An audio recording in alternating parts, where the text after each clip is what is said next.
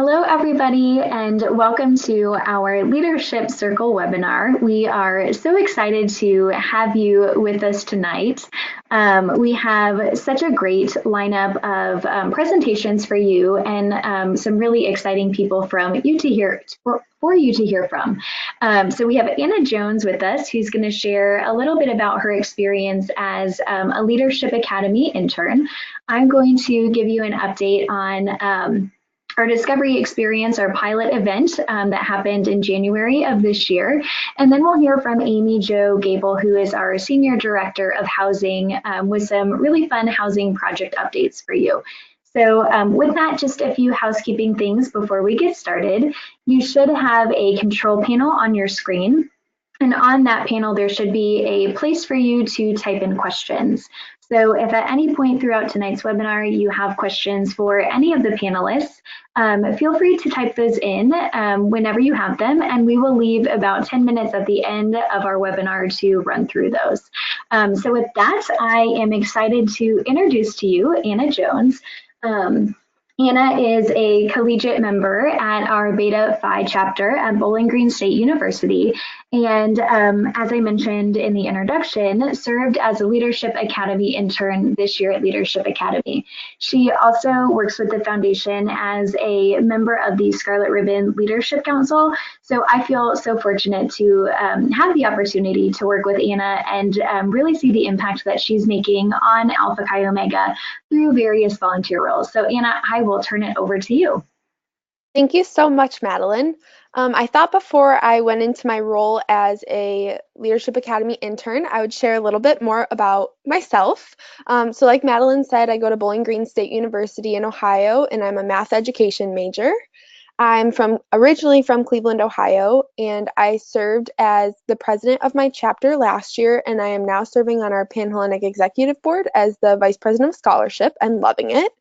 And just a little bit of fun facts about me. I absolutely love to travel, and I've actually been on 2 study abroad trips, and I have visited over 23 countries so far, with many more on my bucket list. So that's just a little bit about me.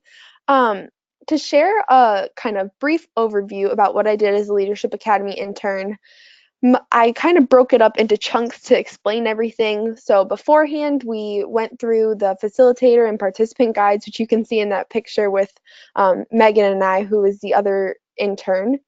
And it was really cool in those to see, the plans for the entire weekend, because as I prepare to be a future teacher, it was almost like reading the lesson plans for the weekend, which is what I study every single day at school. So it was very interesting. And I also got recognized a lot of the activities from past events that I'd been to with Alpha Chi, or just through going through the resources on headquarters website. So that was really cool to see. And then she and I also worked together to make a playlist that was played throughout the entire conference, which was a little bit of a challenge because I'm not the most, I guess I don't listen to the most popular music, but it was fun to find songs that would inspire the women and promote women empowerment throughout the weekend. So that was really cool. And upon arriving, I got there on Thursday before Leadership Academy started. We set up the conference space and got all settled. And then that night we got dinner with all of the facilitators and leaders. And it was really cool to hear about all the different chapters people were coming from, because I guess before I walked in, I didn't realize that there would also be facilitators from all different Greek chapters, including people from IFC chapters and just people from all over the country. So that was really cool to meet everyone and start getting comfortable with everyone, see who I would be working with all weekend, and also seeing the passion that all of them had for working with collegians in Greek life. It was just amazing and very inspiring to really be with all of them. So Thursday was a late night, and when we headed to bed, it was a lot of late nights and early mornings. So we were up Friday morning finishing setting up the rooms for all of the sessions, because on Friday during the day, the facilitators learned a lot about their roles. So on Friday, we set up the rooms for the facilitators, distributed all the resources, and we're really just an extra set of hands to see the behind the scenes look at Leadership Academy and see what would prepare the people who would be leading the women, which was really cool to see after going through it last year. To see that back end of it was quite interesting this year. And then for the rest of Friday, I worked in registration, which was kind of our home base for the entire weekend. And as collegians arrived, because they started arriving kind of mid in the afternoon on Friday, I got to meet all the collegians, see people from chapters all over the country, and really see the diversity of our members, which was really cool. So then Saturday and Sunday, you know, we were an extra set of hands, we were the go-to people, we were runners, we did a little bit of everything. So like I said, registration was definitely home base. We were there answering questions, helping the girls get comfortable in the space. We met with speakers that were coming in and helped the facilitators to make sure that their rooms were set up to get them anything they needed. And it was so cool to meet all the bubbly and outgoing personalities. The energy across the entire weekend was just contagious. So it was, I mean, a great environment to be in. And the rooms you can see in this picture are examples of the rooms that we set up. So we had big rooms where keynote speakers and larger sessions would happen, and these were examples from the breakout sessions. So we were, passing out the poster boards you can see in the background, making sure they had markers and sticky notes or whatever they may need to facilitate their discussions and really give them the resources that they needed to learn the most they could from the weekend. Um, let's see what else. So these pictures were actually taken by, again, my partner in crime, Megan, and I, as we went around. A big part of our role was also to work social media. So we took pictures of everything. We were always on the run if we had a couple down minutes to find the best lighting and find people that wouldn't mind listening to us to get a quick picture or a quick video to share with everyone. So we also, a fun fact, they implemented yoga this year at Leadership Academy as a late night event. So Megan and I, my partner in crime, ran the registration table, which was so much fun because we were just goofing around with the girls as they came in and were getting signed up. So one of my main highlights from this whole experience was definitely meeting Megan. She came from a completely different state, completely different chapter than me, and I don't think I ever would have met her if it hadn't been for Leadership Academy. And now we text all the time, we see each other's posts on Instagram and are always commenting back and forth. So that was a really cool connection I made. And it was really cool to work with her because before that weekend, we hadn't even met each other. We got there, we were roommates, we were with each other every second of the day, and we just bounced ideas back and forth off each other, and we really worked seamlessly together. So it was a really cool experience to have that partner in everything that we did. And she, I think, would definitely agree with me. I'll speak for both of us on this, that another one of the major highlights of the entire weekend was the President Roundtable. So on one of the nights, there's a roundtable discussion offered as like a late night optional activity. And there were all different table topics set up so people could move from one to the next, get really what they needed out of it. So they could go and have discussions with other collegians about maybe scenarios that they wanted to talk through or topics that they didn't know much about. And so Megan and I hosted one of the tables as an opportunity for the incoming presidents to just talk to the two of us who had been presidents before, and we could speak from our experience and share our stories. And that was one moment across the entire weekend that we, I think, both really felt that we could impact the future leaders of Alpha Chi. So it was so cool to kind of be that voice speaking from experience and share with them, if this were to arise, what we would do, and really just kind of put faith in them that they can do it. And we weren't perfect when we did the role, and they won't be either, but that's okay. We're collegians and it's a learning experience. One other big highlight I would say that I want to touch on was our nightly recap meetings with the leadership team, and I'll talk about them in the next picture, so not quite yet. But it was so amazing working with the leadership team that we had, and I just remember the highlight moment that I shared on the first night that we were there was really just that I had absolutely no lows and no specific point of a high either. It was just such an overwhelming feeling of emotions and excitement and getting ready to serve these collegians who would be the leaders of our organization moving forward. And I could not be more proud or more excited to see where these leaders take us, because every single person I met was just a phenomenal leader. Real quick, before I touch on the leadership team a little bit more, I'll tell you that these are the members of the Beta Phi chapter, so my own sisters, or my own specific chapter sisters that attended Leadership Academy. So it was really cool to see them there all the way in Indiana, about, I don't know, 6 hours probably from most of our homes. So it was kind of cool to have some friendly faces around for the weekend. But just as I reflect on the weekend and this role, I was absolutely blessed to work with a leadership team. And this isn't even all of us, this is just a couple, but I learned so much from each of the women that I worked with from headquarters and really just felt like I got to know a much broader perspective at Alpha Chi and a broader perspective of who's in our organization than I ever had before. Um, I learned through talking with many of them about opportunities that Alpha Chi offers for the rest of my life and ways that I can continue to stay involved, whether it's working at headquarters or offering to facilitate the traveling workshops and stuff that Alpha Chi offers, or really just having sisters across the country that I can be in touch with for the rest of my life because the amount I learned from the women there and the life advice and I got from them in just these few days, I can't imagine the role models they'll be for the rest of my life.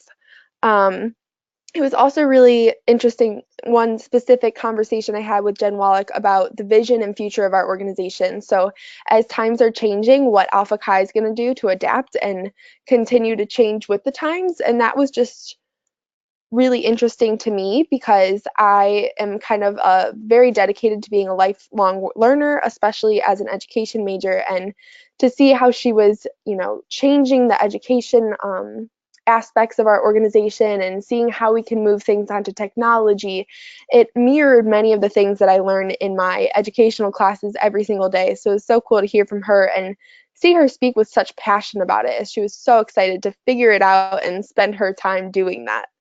And lastly, this whole experience just really made me want to stay involved with Alpha Chi and serve collegians for the rest of my life. So I know I was, in this case, serving my peers, and I may have only been a year older or possibly even the same age as most of them, but I just saw so many ways that I could help the girls that were there, and I saw so much potential in them that I want to continue to give back to this organization for the rest of my life and continue to build this environment of empowering women to continue the the legacy of Alpha Chi forever. So, all in all, it was an absolutely fantastic experience, and I'm so glad that I had the opportunity.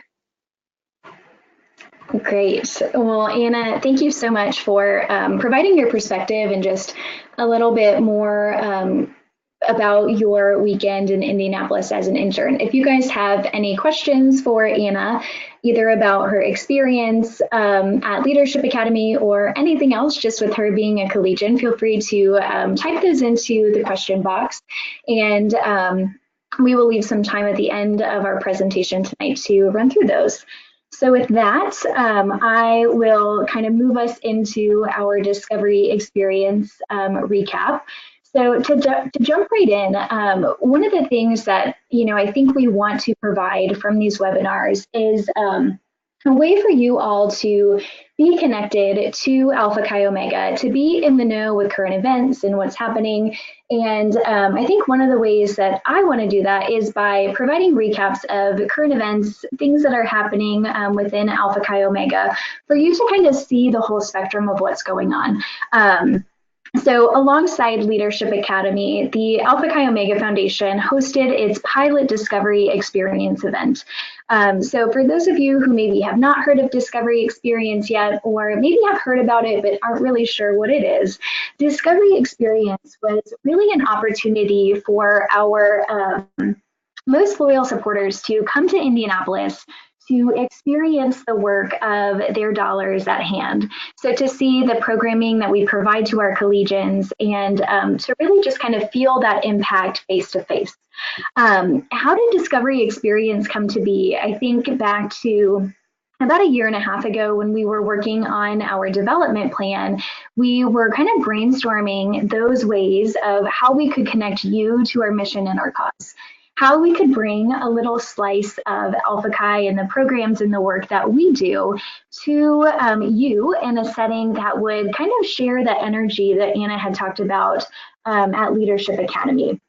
So again, to kind of show that impact, and then again to really connect you with our mission and our cause, that is how Discovery Experience came to be. So to kind of paint the picture of Discovery Experience by the numbers, we had 62 donors who qualified for the pilot event. And of those women, we had 18 who registered and then 14 who were able to attend. It was a really big snowstorm in Indianapolis, so I know a few people had to cancel last minute based on weather, and then just a few personal situations as well. But we had a wonderful, wonderful group of women who were there with us. And in the picture on the screen, you'll see our attendees along with our national council and Mary Pat, who I know is on the call tonight, our foundation chair. So in total, we had about 25 women, including some of our foundation staff who is not pictured in the picture on the screen. But again, it was such a great group of women. And I think one of the things that really stood out to me was the fact that some of these women, some of you who are even on the call, have been very involved with Alpha Chi, have been to conventions and other national events, and some who, this was really their first taste of kind of quote unquote big Alpha Chi. So a really, really great group. In total, as Anna said, we had 4 collegiate officers from each of our chapters in attendance. So as you can see here in the bottom right, this is kind of an outward-facing view of the opening keynote at Leadership Academy. So a ton of people there, a ton of people there to learn and just be excited about sisterhood. So while I wish I could share everything about Discovery Experience with you, I thought I would just kind of take you through some of the highlights of the weekend, specifically around our schedule. So our event ran from Friday until the end of day on Saturday, and then attendees could really leave anytime at their leisure on Sunday. So on Friday, we opened with the Leadership Academy group, and this was part of the opening keynote. So as you can see here, we had the opportunity to hear Dr. Lori Hart, who's on the left, speak a little bit about harm reduction. So she really kind of set the tone for the weekend and created an opportunity to kind of set the stage for conversations that were going to be happening. I think one of the things that she did a great job at was really kind of bringing that energy level up, engaging everybody, and kind of posing questions that really grasped everybody's attention. The next morning on Saturday, we had an opportunity to hear in a more intimate setting from Dr. Hart. So that is the picture on the right. And this was, I think, a really great opportunity for everybody to have a little bit more of an intimate conversation. So she kind of took the information that she was presenting on in the keynote session and tailored it to our audience. A few other sessions that we had were, on our history and a little bit about kind of the tax changes. And just one other that I wanted to mention to you all is the picture on the left. And that was a session with our foundation and fraternity leadership. And that picture is Marcia. And kind of the premise, the basis behind this presentation was really highlighting For Now Forever and then the future of the foundation. So kind of painting the picture of our history and how we've come to be what we are today, but then also the importance of continued support as we look into the future.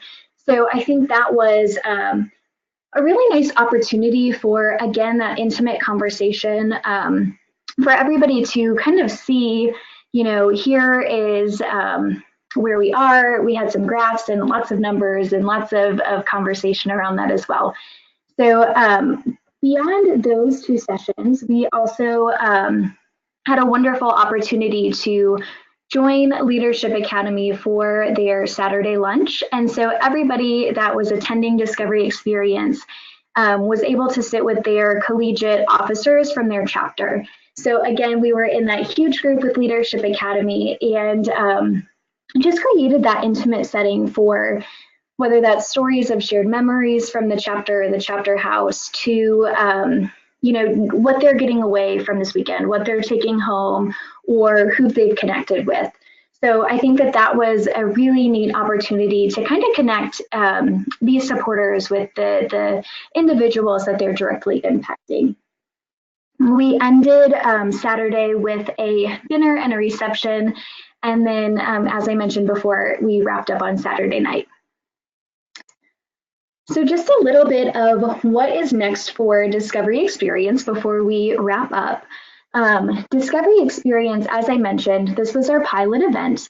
And so what we're doing right now is kind of looking at the program assessment, talking to the individuals who are at the event to kind of see, what is the future for this. Later this week, our board of trustees will be meeting and kind of discussing those same questions, really looking at this from a strategic perspective of, what makes sense? What do we continue with? Where does this go? Is it a good investment of our time and our dollars? And did the attendees that were there really get, what we were hoping they would get and what they wanted to get from the experience as well? So just in closing, I wanted to share this quote from one of our attendees with you. I think to me, it really did an amazing job of kind of painting the picture of what the attendees were able to get from this weekend. If you have any questions about Discovery Experience, or even if you were at Discovery Experience and you are on the call tonight, we would love to kind of hear your feedback. We can share those during the question section at the end of the call. So feel free to either ask questions, or if you want to share maybe something that you gathered from the weekend that we can then share with the group, feel free to type those in. So that does it for our recap of Discovery Experience. And I am going to switch slides here, and we'll turn it over to Amy Jo to talk about some fun housing project updates. Good evening, everybody. I am so excited to be here tonight to talk to you about the National Housing Corporation.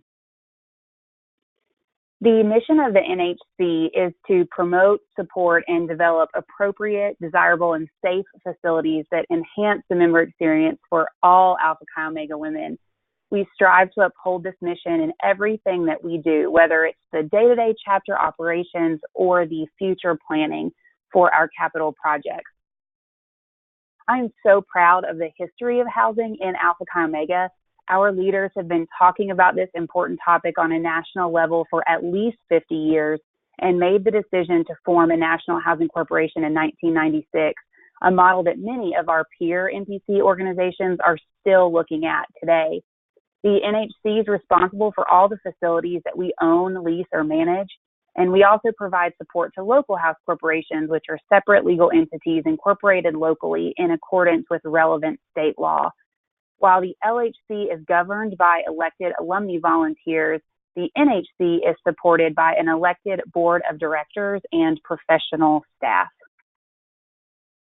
So of the over 20,000 current collegiate members in Alpha Chi Omega, the NHC proudly works with 13,000 of those in 102 chapters through the management of 75 chapter spaces. Of those, we own 26 and lease 13. The 36 custodial properties are mainly chapter assigned spaces within the university, such as a suite or a residence hall floor. The NHC also supports unhoused chapters with whatever is needed, serving as a contact with the college on potential housing or supporting the chapter through finding a storage unit, just as some examples.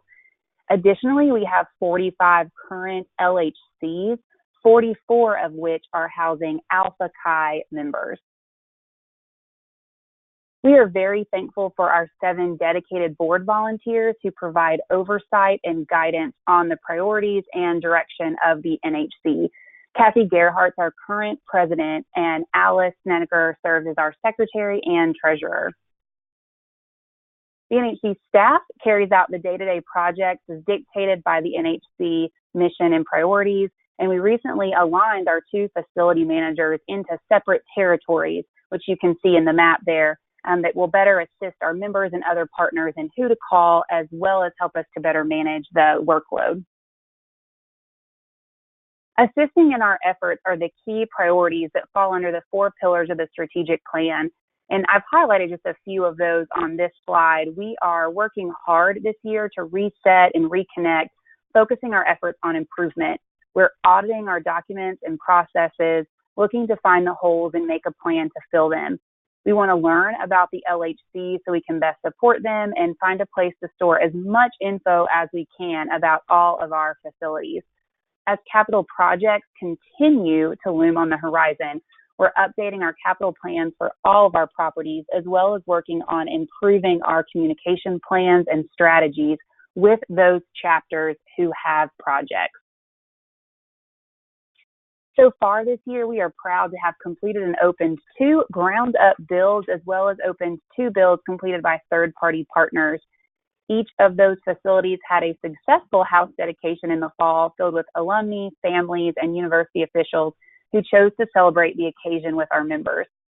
Growth doesn't just come in the form of new houses, as we saw 1 LHC transition to the NHC so far in 1819. We also created a data management plan to house all of our important information and have outlined a strategy to make LHC reporting easier in the future. Finally, the staff realignment that I mentioned earlier has created better connections between our team and their assigned chapters. So I'm proud at this time to share a few fantastic pictures to highlight some of the successes that I just mentioned.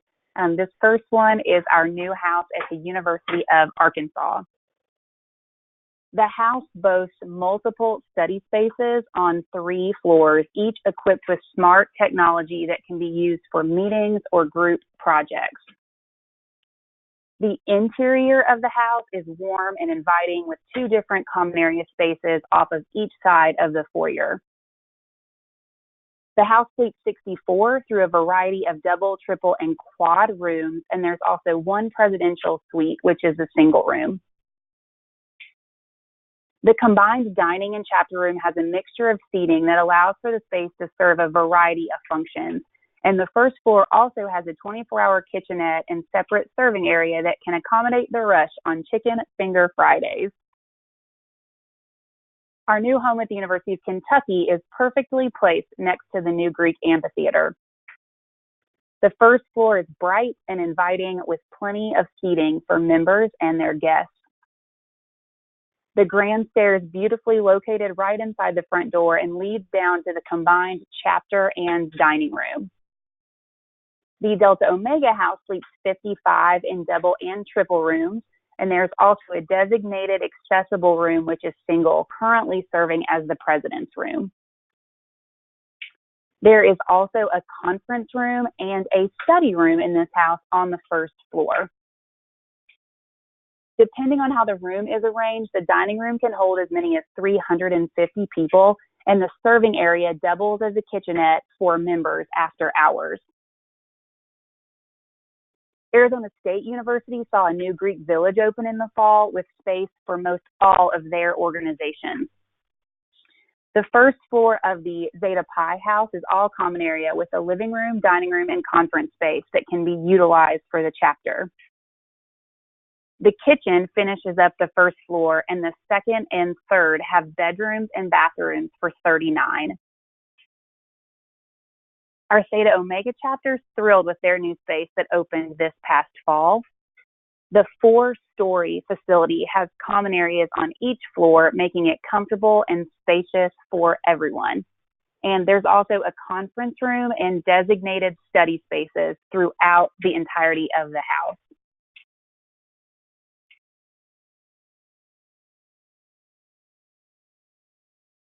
The fun doesn't stop with those openings, as we are so excited about the renovation projects that are currently being planned to start in June of this year. Both of our facilities at the University of Georgia and at Southern Methodist University will have additions and full interior renovations completed over the 1920 academic year, adding much needed square footage and bed space for these chapters. It's important for us to have our eyes wide open to what the future has in store, and we're paying close attention to all of our facilities, as well as what is happening on the campuses where we have chapters. Currently, we are actively looking at 3 potential projects through investing in architecture programming. An additional 5 have been identified as high priority for us, meaning they have upcoming needs that surpass $1 million. 7 more properties where we're monitoring closely the campus climate and what other groups are doing in their activity. And we're also making plans for 1 existing establishment who will need housing in the future. We take great pride in having 5-year plans on all of our NHC facilities and reserve amounts that will sustain our chapters well into the future. And looking at those plans, we've identified over $10 million in anticipated capital needs over the next 5 years. That is anticipated need, and also doesn't include any potential major renovation projects. We've already invested millions of dollars in our chapter facilities through necessary infrastructure updates like safety improvements and interior design upgrades. This year alone, we'll invest $1.5 million through 46 total projects that impact 34 chapters. And you see one of those on your screen. I want to highlight a few of those quickly and also feature the variety of facility types that NHC supports. So what you're looking at there, these are two of the common areas for the chapter house we own at the University of New Hampshire. When we were finished with our interior upgrades, the space was brighter and more on brand. The main bathroom space of our owned house at Bradley University was in dire need of some upgrades. And when our members returned in August, they were thrilled with the results.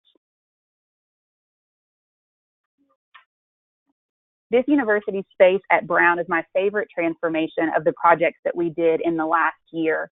After our new paint and furnishings, the space was ready for the chapter's first recruitment event that took place in September.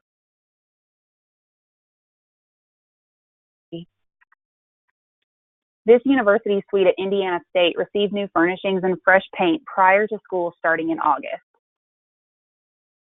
And then finally, our members at Clemson are thrilled with the upgrades to their new university suite. So as you can see, we've been very busy in the last few months and are excited for what the future holds for the NHC. In 1920, we hope to continue to increase the NHC brand and expand our support of LHCs. We can't wait for our first house director training to be announced soon for this summer and are looking forward to creating a plan for technology and additional training for these vital women who support our facilities and chapters. We will also continue to discuss what additional support structures might be needed for our industry and what partnerships and fundraising opportunities we might be able to make available for interested alumni and friends of Alpha Chi. I encourage you to visit us online for additional information on our new page on the Alpha Chi website. We will continue to add content over the next few months, so I encourage you to please check back often. Thank you so much for your support of the Alpha Chi Omega experience and for allowing me to have just a few minutes of your valuable time this evening.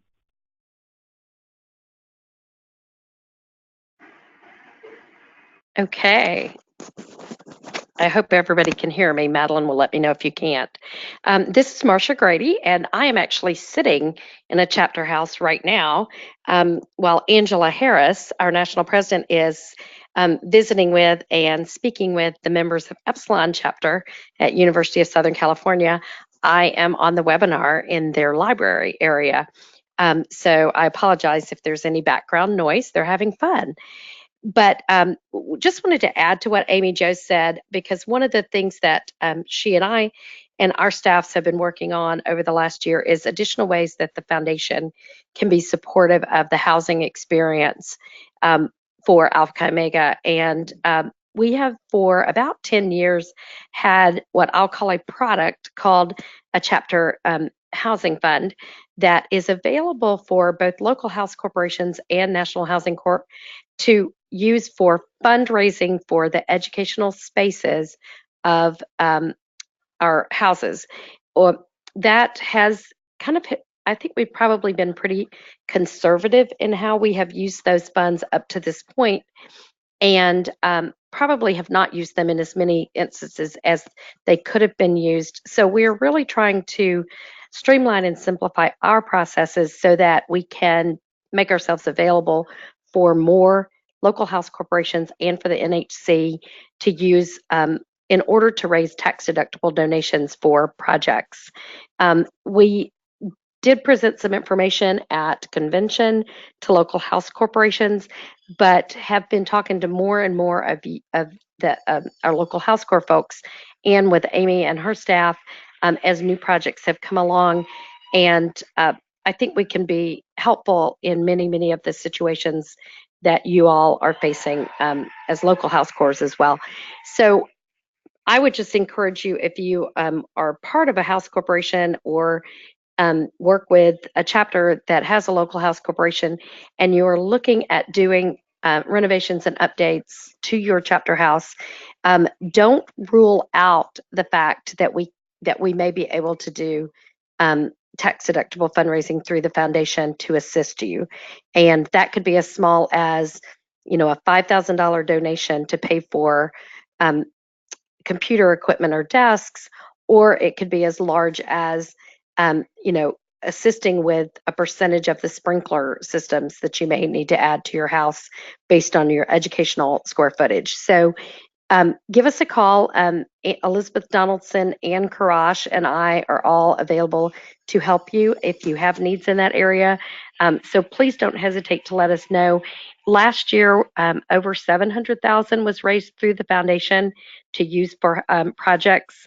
Of the projects that Amy Jo just talked about, both the Iota Sigma chapter project and the Beta Sigma chapter project are using chapter housing funds. And Gamma Rho at Texas Tech, which is a local House Corps owned property, is also using the foundation for their fundraising needs for that project. And we're just here to help you in any way we can. So thank you. Great. So Madeline has opened it up for general questions, and if you will type those in, what I will do is read, and then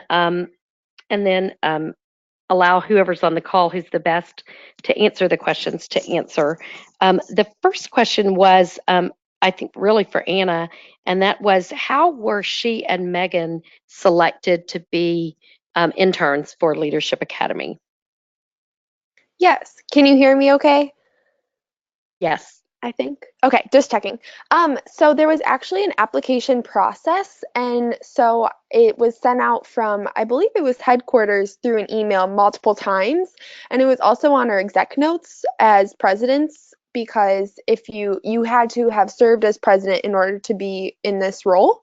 So I filled out the application, and then we also did an interview with Amy, Mustafa, and one other member of headquarters staff before receiving the position. And then once we did receive the position, we did a joint call with Amy, myself, and Megan so that we could kind of all meet and understand our responsibilities throughout the weekend. Great. So if you work with the chapter, encourage your chapter president from this year to keep an eye out for that, and hopefully they will be interested in applying. Yes, definitely. It's a fantastic opportunity. Side note. One of the other questions I think came up before Madeline talked about discovery experience, but there might be some opportunity to expand on it. But the question is what topics were discussed at Leadership Academy this year? And I think Madeline mentioned that this year, in addition to chapter presidents, we had the vice presidents for risk management, vice presidents for chapter relations and standards, and then vice presidents for ritual and fraternity appreciation. So the weekend kicked off with Dr. Lori Hart, who was part of our harm reduction task force, and led into some of the conversations about new policies that Alpha Chi has rolled out to the chapters related to what we've historically just called risk management, but is more proactively referred to now as harm reduction, and looking at all of the areas that we can, as much as possible, prepare our women and educate them to be safe and supportive environments for all of our members. But in addition to that, there were specialists from each of those areas who attended as part of the facilitation process. And as they went through the weekend, there were breakout, just different tracks for each of those officers as they were able to dig a little bit more deeply into the specific new policies that might impact their area, as well as exchange ideas with chapters of different sizes. They had firesides with the specialists, so if they had a particular area of questions, they were able to work one-on-one with those specialists. Anna, do you have anything else to add, maybe in terms of some of the materials that were reviewed with the women during the weekend?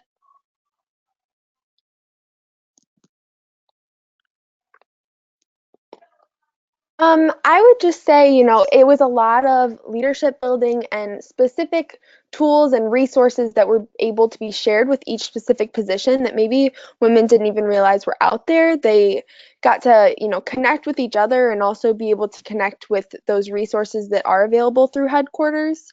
There were also just some really, really important discussions that I think happened related to topics of hazing, topics of diversity and inclusion that are huge in collegiate world in general, but especially related to Greek life right now. So I think a lot of those important conversations were definitely started, and a platform was built that women could take that back to their campuses and have those discussions with their chapters. Thank you. Are there other questions that people had for either for Amy Jo or for Anna or for Madeline? And I can fill in the blanks. We also have, I was trying to see, our board chair, Mary Pat Lamke, is on, and Katie Gaffin is on. So if there are any fraternity related questions, I could probably queue them up, or at least they could text me answers if we can't get their microphones to work.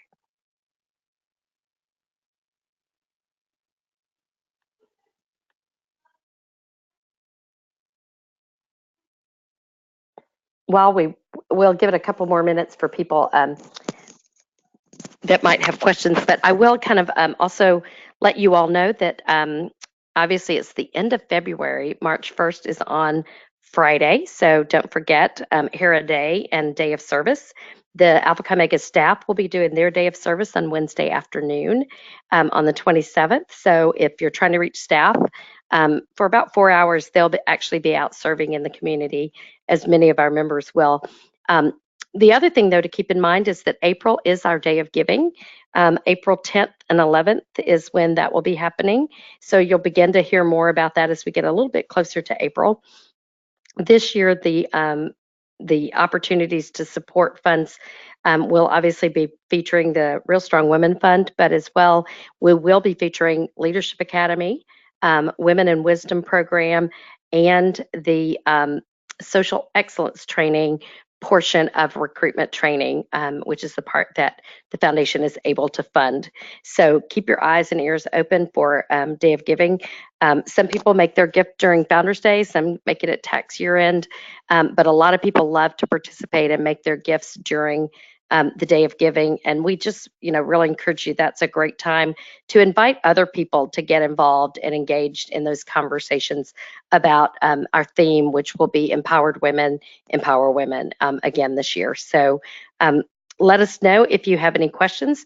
We do have a staff change at the foundation staff that just wanted you to all be aware of. Allie Farr, who has been our foundation coordinator for the past 2 years, left on February 8th to move to her dream city of Nashville. And her replacement, Beth Huffman, will be starting on Wednesday. So you'll hear a different voice when you call the foundation in the future. And we just appreciate your patience with anything we might have been a little slower with over the last couple of weeks while we've been all filling in Allie's shoes. It's taken all of us to fill Allie's shoes while that position has been open. So we thank you for your participation tonight. We look forward to hearing from you again in a few weeks. And Madeline, if you can give them the wrap-up information on the recording and so forth, that will be great. Sure. Yep, so you all should receive an email early tomorrow with a link to this recording if you want to go back and listen to any of the information. We will also share a link to the slides directly. So if you want to take a look at any of those housing picture updates, I know those are always fun to spend a little extra time on. You'll be able to do so tomorrow.